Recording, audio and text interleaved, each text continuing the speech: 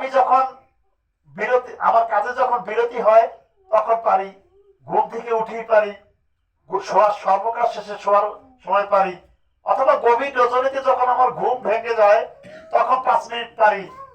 কে কখন করবেন সেটা কোনো বিষয় নয়, কিন্তু সময়টা তাকেই ঠিক করতে হবে যে আমরা গোবিন্দর চরণ থেকে যেন বিচ্ছিন্ন না হই। যে যখন পারেন তখনই করবেন। উত্তর ভারতে একজন সরল ব্যক্তি ছিল, সবকিছু বলতো আমার রাম জানে। দেখুন সরলতার কি গুণ।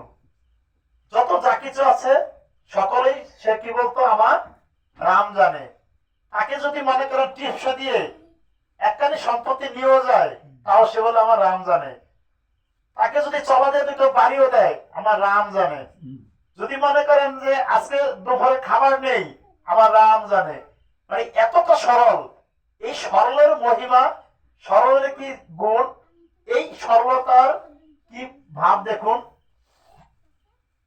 এক লোক তার মেয়ে বিয়ে দিবে, সংসারে কোনো আয় উন্নতি কোনো কিছু নেই, আর 3টা ছেলে।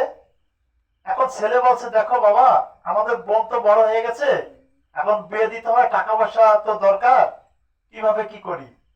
তখন ওরা কি করলো, এক জায়গা থেকে 1 লক্ষ টাকা ধার নিল।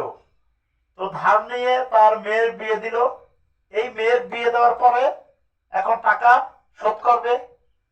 টাকা হাতে যখন হয়েছে, এটা চল দেন, তো টাকা হাতে হয়েছে পরে উনি একাই, যেই ব্যক্তি সরল ব্যক্তি, উনি টাকাটা ধার দিতে পারত। এটা তেল দিতে এত কথা লাগে না, তেল দিয়ে দিবে। তো এই টাকাটা হাতে হয়েছে যখন,